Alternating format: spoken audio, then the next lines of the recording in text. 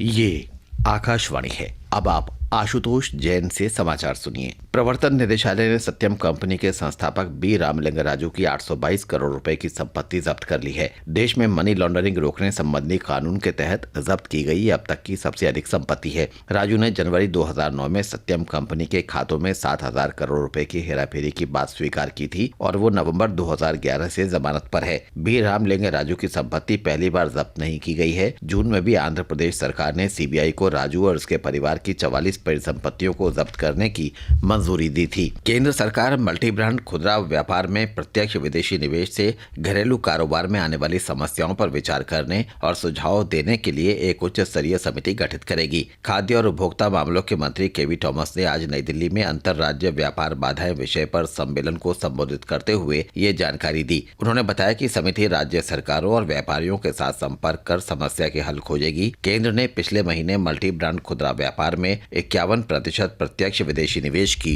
अनुमति दी थी। केंद्र सरकार साफ चीनी पर आयात शुल्क बढ़ाकर 20% करने पर विचार कर रही है। खाद्य मंत्री केवी थॉमस ने आज नई दिल्ली में कहा कि ऐसा इसलिए किया जा रहा है कि आयातित चीनी घरेलू बाजार में बहुत अधिक मात्रा में न आ जाए। श्री थॉमस ने कहा कि इस मामले में जल्द ही कोई फैसला कर लिया जाएगा। उन्होंने ये भी कहा कि संबद्ध मंत्रालयों के साथ सलाह मशविरा करके अगले 10-15 दिन में कैबिनेट नोट भेजा जाएगा। श्री थॉमस ने कहा कि सरकार कच्ची चीनी से आयात शुल्क हटाने की भी सोच रही है। इस समय साफ और कच्ची दोनों तरह की चीनी पर आयात शुल्क 10% है।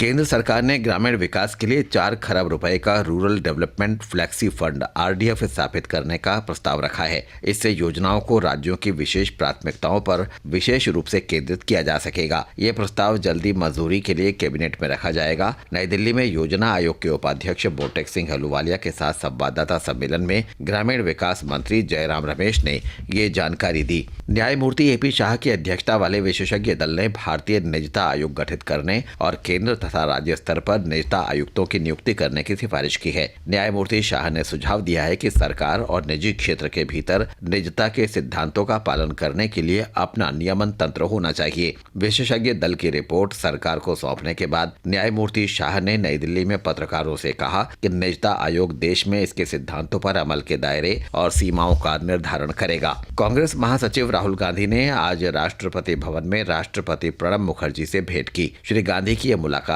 केंद्रीय मंत्रिमंडल में संभावित फेरबदल की अटकलों के बीच हुई है। हाल में प्रधानमंत्री मनमोहन सिंह और कांग्रेस अध्यक्ष सोनिया गांधी ने राष्ट्रपति से भेंट की थी। बिहार के गया जिले में आज सुबह नक्सलियों ने बारूदी सुरंग में विस्फोट कर केंद्रीय रिजर्व पुलिस बल के बारूदी सुरंग रोधी वाहन को उड़ा दिया, जिसमें 5 जवान शहीद हो गए और 6 से अधिक घायल हो गए। घायलों में 4 की हालत गंभीर है। उन्हें इलाज के लिए पटना भेजा गया है। ये घटना बरहा गाँव के पास जंगल में हुई। उस समय केंद्रीय रिजर्व पुलिस बल का वाहन तलाशी अभियान पर था। गया के पुलिस उप महानिरीक्षक ने बताया कि सीआरपीएफ के 6 दल गया और औरंगाबाद के बीच तलाशी अभियान पर थे, जिनमें से एक दल के साथ ये हादसा हुआ। पाकिस्तानी सैनिकों ने जम्मू कश्मीर के उड़ी सेक्टर में नियंत्रण रेखा का उल्लंघन कर आज फिर गोलीबारी की। हमारे संवाददाता ने खबर दी है कि हाल के दिनों में पाकिस्तानी सैनिकों ने तीसरी बार भारतीय चौकियों और गाँव पर गोलीबारी की। मंगलवार को चुरंदा गाँव पर पाकिस्तानी गोलीबारी में 3 नागरिक मारे गए थे, जिसके बाद भारतीय सैन्य अधिकारियों ने पाकिस्तानी सैन्य अधिकारियों से फ्लैग मीटिंग करने को कहा था। इसके साथ ही ये समाचार बुलेटिन समाप्त हुआ।